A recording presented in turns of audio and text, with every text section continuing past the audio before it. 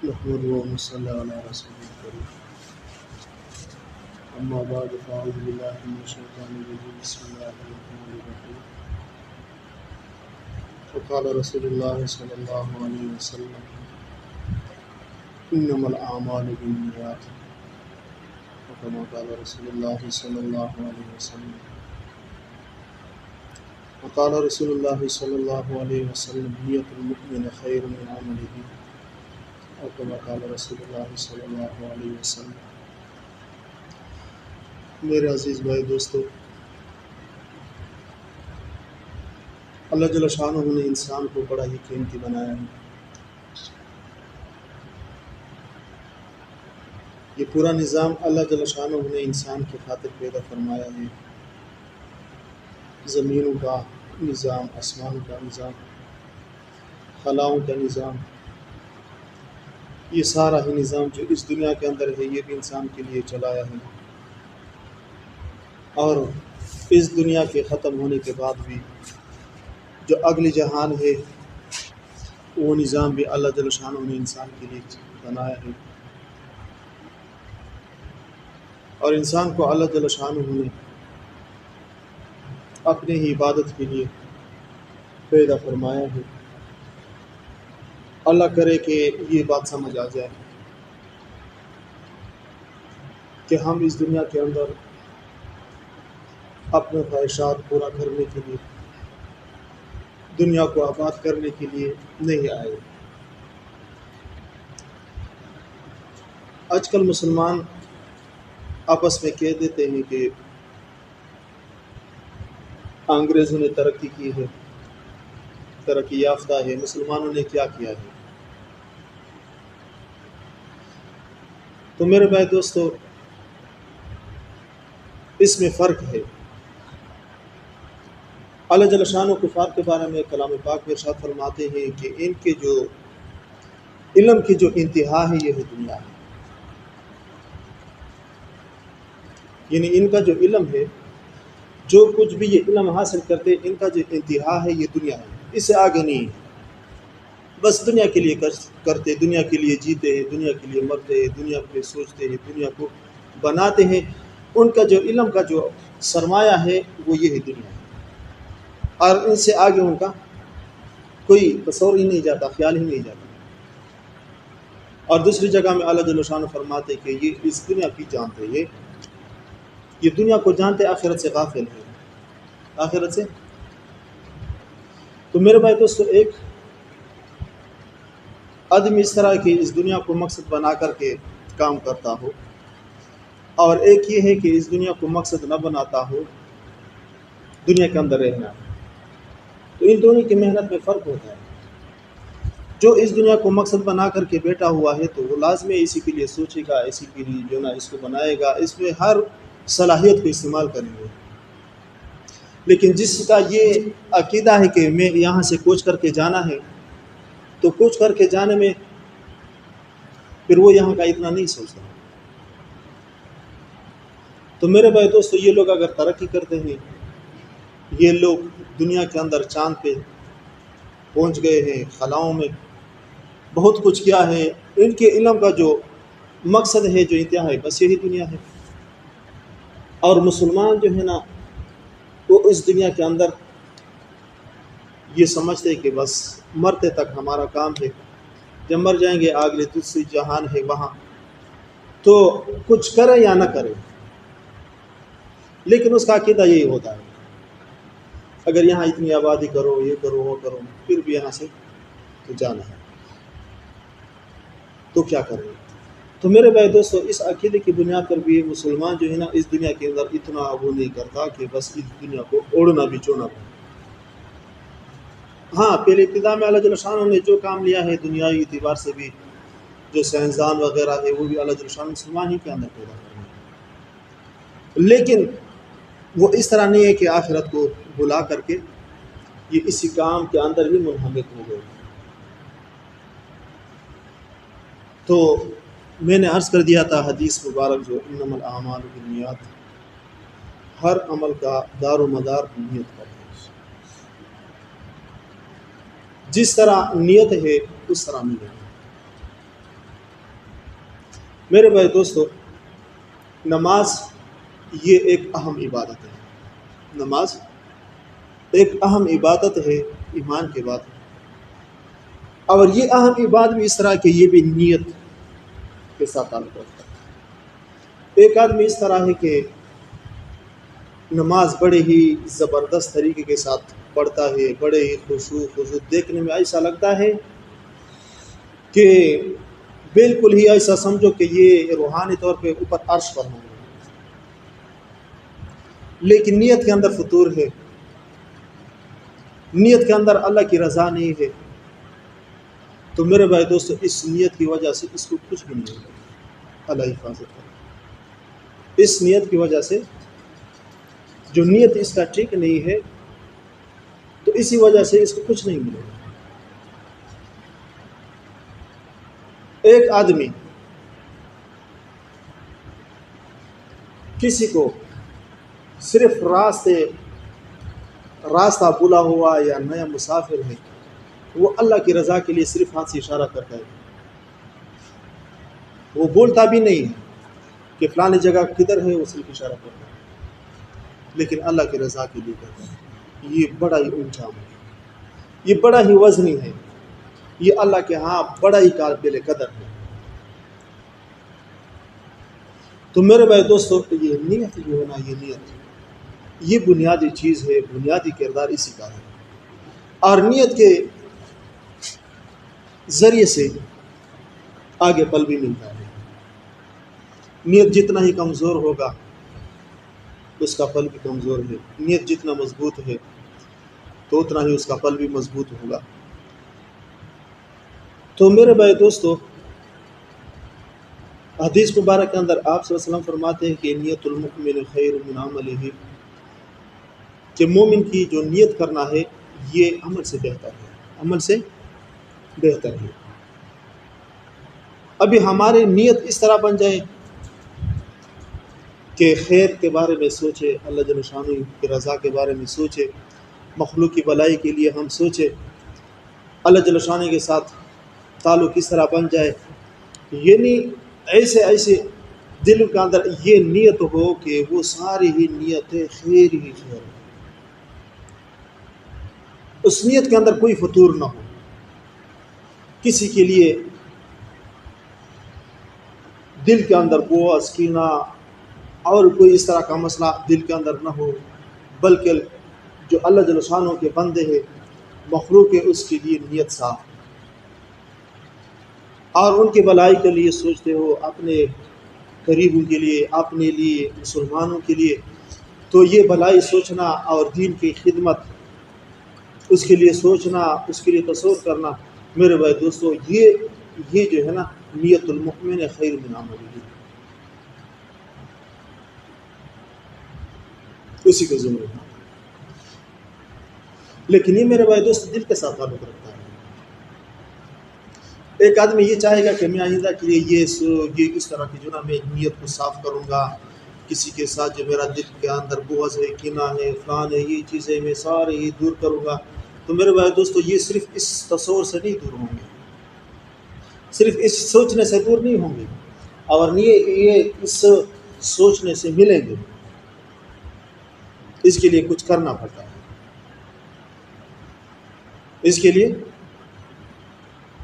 بہت کچھ کرنا پڑتا ہے، تب جا کے یہ نیت حاصل ہوگا، جس کے اندر للہیت ہوگی، جس کے اندر اخلاص ہوگی، معمولی عمل بھی اللہ کی رضا کے لیے، بڑا سے بڑا عمل بھی وہ انجام دے تو وہ بھی اللہ کے لیے۔ تصوف کا خلاصہ یہ ہے، جو اندر کے رذائل ہیں، اندر کے جو بیماریاں ہیں، یہ سارے ہی اس طرح ہے کہ وہ ہمارے اعمال اور اللہ جل شانہ کے درمیان جو رکاوٹ ہے، حجاب ہے، جو ہمارے اعمال اللہ تک پہنچنے نہیں دیتی، میرے بھائی دوستو سب سے پہلے ان چیزوں کو دور کرنا ہوگا۔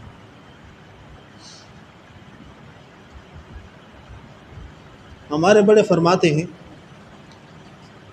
کہ جس طرح جسم کے لحاظ سے ہمارا جسم ہے، اس جسم کے اللہ جل شانہ نے کچھ اعمال مقرر کیے، نماز پڑھنا ہے، روزے رکھنے ہیں، حج کرنی ہے، یہ ظاہر اس جسم کے اعمال ہے، یہ فرض ہے، فرض عین ہے۔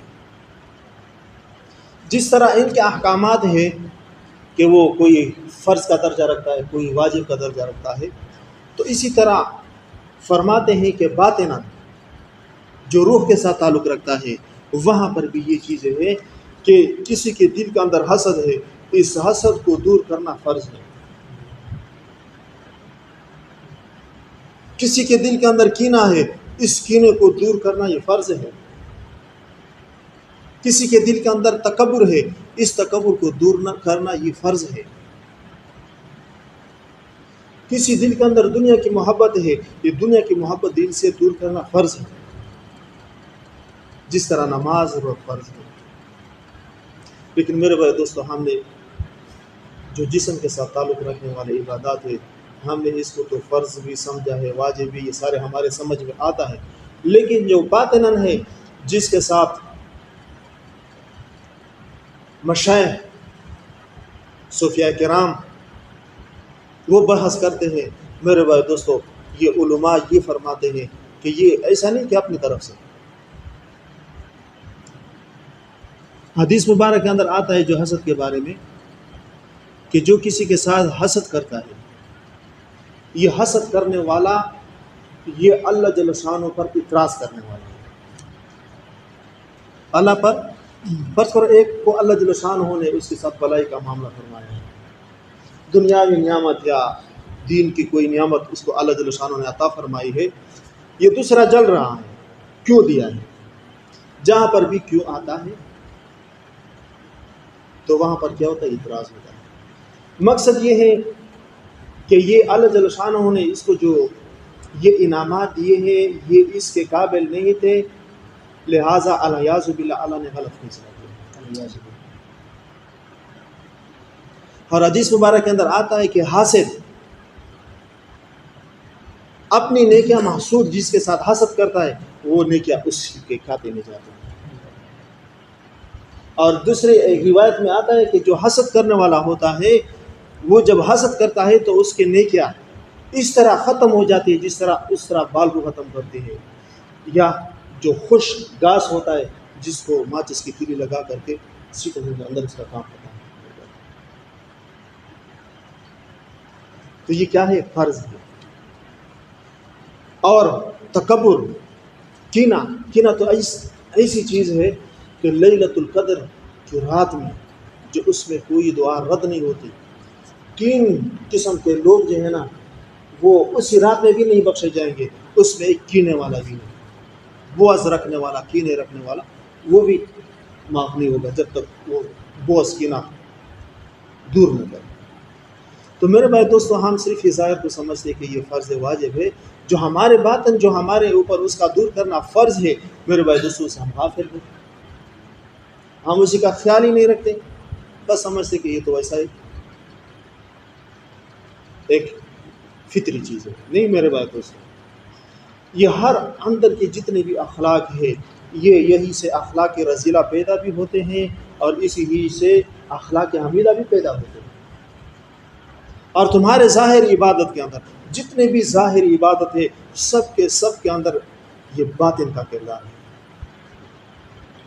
جتنا باطن گندا ہوگا اتنا ہی تمہارے ظاہر بھی گندا ہوگا، جتنا باطن گندا ہے تمہارے جو ظاہر اعمال ہیں وہ اتنے ہی گندے ہوں گے، جتنا باطن صاف ہوگا اتنے ہی آپ کے اعمال بھی صاف ہوں گے، صاف ستھرے ہوں گے۔ تو میرے بھائی دوستو، یہاں پر جمع ہونا، یہاں پر آنا اور یہ ذکر کرنا، یہ جو مراقبے ہوتے ہیں یہ اس چیز کے لیے ہوتے ہیں کہ ہم ظاہراً بھی باطناً بھی ہم دونوں طرح درست ہو جائے، ظاہر بھی درست ہو جائے، باطن بھی درست ہو جائے۔ تو میرے بھائی دوستو، پھر اس میں سب سے بنیادی کردار نیت کا ہے۔ ایک صحابی، ایک آدمی نے باہر ایک کیل ٹھوکا، کس نیت سے؟ کہ یہاں لوگ آئیں گے، نماز پڑھیں گے مسجد کے آگے، تو گھوڑے، پہلے تو گھوڑے ہوتے تھے، گدھے وغیرہ یہ چیزیں، وہ آئیں گے یہاں پر باندھیں گے تو تسلی کے ساتھ نماز پڑھیں اس نیت سے. دوسرا آ کر کے اس نے اس کو نکالا اس نیت سے کہ ایسا نہ ہو رات کو کوئی اس میں پھنس جائے, ٹانگیں ٹوٹ جائیں گے اور کوئی تکلیف ہو جائے گی, تو دونوں کو پورا پورا جرم ہے. دیکھو نا کتنا فرق ہے, ضد ہے. دیکھو نا ایک کل ٹھوکنے والا اور ایک نکالنے والا, یہ اگر دونوں آپس میں مل جائے تو دونوں کا جھگڑا ہو جائے, لڑائی. لیکن نیت کی وجہ سے دیکھو نا دونوں کو اجر مل گیا, اجر سے محروم نہیں ہوئے. اسی طرح جو ہے نا ہم اپنی نیت کو درست کریں, ہر معاملے میں درست ہو, نماز کے معاملے میں درست ہو, تلاوت ذکر, دنیا کے معاملے میں درست ہو, ہر رشتہ داروں کے معاملے میں درست ہو. ہم ہر یعنی جو حکم بھی اللہ جل شانہ کا ہماری طرف متوجہ ہو تو اس میں ہمارا نیت کیا ہو, درست ہونا چاہیے. اگر اس کے اندر کچھ فتور ہو تو اس فتور کو دور کرنے کی کوشش کرے, اللہ سے مانگے, اللہ سے مانگے کہ اللہ میں یہ نہیں چاہتا, یہ میں نہیں چاہتا, یا اللہ میرے اس بیماری کو دور فرما, اس بیماری کو دور فرما, میرے اندر جو قباحت ہے یا اللہ اپنے فضل سے اس کو دور فرما. تو میرے بھائی دوستو جب آدمی اس کے لیے کوشش بھی کرتا ہے, محنت بھی کرتا ہے, مخلص بھی ہوتا ہے, تو اللہ جل شانہ ضرور بھی اس جو خباثت ہوتی ہے نفس کے اندر اللہ جل شانہ مرنے سے پہلے دور فرمائے. اگر ہم غافل رہیں تو غفلت کا نتیجہ پھر یہ ہوتا ہے کہ جو غفلت والا ہوتا ہے وہ پھر نقصان اٹھاتا ہے. ہمارے عرب کے سامنے تو ایک مثال مشہور ہے, کیچوا اور خرگوش. کیچوا کا رفتار کتنا سست ہے, سلو. جب دونوں کا مقابلہ ہوا خرگوش نے کیا سمجھا کہ میں تو بڑا ہی تیز ہوں, جب یہ وہاں تک پہنچے گا تو میں راستے کے اندر نیند بھی پورا کر سکوں, آرام کر کے پھر جو ہے نا. لیکن وہ کیا, اس نے جو ہے نا غفلت کو اپنایا, سو گئے, اور کیچوا جو ہے نا اس نے اپنی ہی محنت کو جاری رکھا آہستہ آہستہ. جب خرگوش بیدار ہوا آگے بھاگنے لگا, جب وہاں پر پہنچا جو جگہ انہوں نے مقرر کیا تھا, کیچوا دیکھا ادھر خود آرام کر رہا. ہمارا بھی یہ حال ہے کہ ہم تو یہ, اور اسی ہی دیکھو نا صحابہ کرام میں بھی اللہ جل شانہ نے ہمیں یہ دکھایا. جو ایک جنگ میں صحابہ کرام جو 3 صحابی تھے جو نہ جا سکے, پھر ان کے ساتھ بولنا بھی منع کیا تھا آپ سب سے. انہوں نے کیا کیا کہ ابھی تو ہمارے پاس سواریاں بھی ہیں, یہ آگے نکلیں گے تو ہم پیچھے پیچھے ہم یہ بھی کریں گے وہ بھی کریں گے, تو پھر ہم ان کے پیچھے پہنچ جائیں گے. اس طرح کرتے کرتے کہ وہ رہ گئے, وہ پھر واپسی پہ وہ کتنے رول گئے. تو میرے بھائی دوستو یہ ہمارے لیے مثال صحابہ کرام سے اللہ جل شانہ نے ہمارے لیے دین مکمل کر دیا, پریکٹیکل دکھا کر کے. صحابہ کرام کے ذریعے سے اللہ جل شانہ نے ہمارے لیے دین کو مکمل کر دیا کہ ان کو لیے کوئی مسئلہ نہ ہو. انہوں نے پریکٹیکل کر لیا اور اس پریکٹیکل کو ہمارے تک پہنچایا. اب انسان ہی کہ پتہ نہیں وہ کس طرح ہوگا, یعنی جتنے بھی حدود جاری ہو گئے ان پر جو ہے نا اس طرح کے حالات ہو گئے, اللہ جل شانہ نے سارے ان کے ذریعے سے ہمیں دکھایا کہ اس طرح کرے تو اس طرح بھی ہوگا, اس طرح کرے تو اس طرح بھی ہوگا. تو میرے بھائی دوستو اللہ جل شانہ ہمیں اس زندگی جو مختصر زندگی ہے, بڑی ہی قیمتی زندگی ہے, اللہ جل شانہ قدر کی توفیق عطا فرمائے, اور اللہ جل شانہ ہمیں سمجھ عطا فرمائے. جس مقصد کے لیے ہم اس دنیا کے اندر آئے ہیں وہ مقصد ہم پہچان. جب یہ سمجھ آیا کہ ہم مرنے کے لیے آئے ہیں, یہ ہمارا اپنا علاقہ نہیں ہے, ہم مسافر ہیں, ہمارا اپنا علاقہ آگے ہے. تو میرے بھائی دوستو کوئی مسافر بھی اپنے پردیس کے اندر یہ بنگلے, یہ جائیدادیں, باغات وغیرہ یہ نہیں بناتے, چاہے وہ ایک دن کے کروڑ کیوں نہ کماؤ, لیکن پھر بھی وہاں پر وہ پکے جائیداد نہیں بناتے.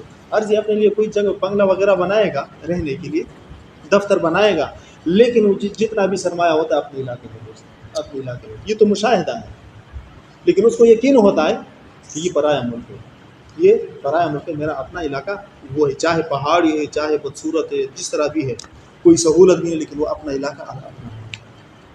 جب ہم نے یہ سمجھا کہ یہ ہمارا کیا ہے، ہم پردیس میں ہیں، یہ مسافر خانہ ہے، ہم مسافر ہیں، ہمارا علاقہ آگے، پھر میرے بھائی دوستو پھر ہم اس طرح نہیں ہوں گے جس طرح میں جو کیفیت ہمارا اب ہے اس طرح نہیں ہوں گے۔ اللہ جل شانہ اپنے فضل سے ہماری ان سب باتوں کو قبول فرمائے، اور اللہ جل شانہ یہ ہمارا حال بنائے کہ یہ حال بن جائے، کال سے حال میں تبدیل ہو جائے میرے بھائی دوستو، تب بات بنے گی۔ اور کہنے کے لیے تو بہت کچھ کہا گیا ہے، سنا گیا ہے، لیکن اصل میں کیا ہے، ہم عمل کے میدان میں کمزور ہیں، ہم عمل کے میدان میں تکڑے ہو جائے، اس میں کوشش کریں تو اللہ جل شانہ عمل کرنا آسان فرمائے۔ تو ابھی جو ہے نا ہلکا جو ذکر ہے استغفار 3 مرتبہ پڑھ کے اور پھر تو اس کے جو ہے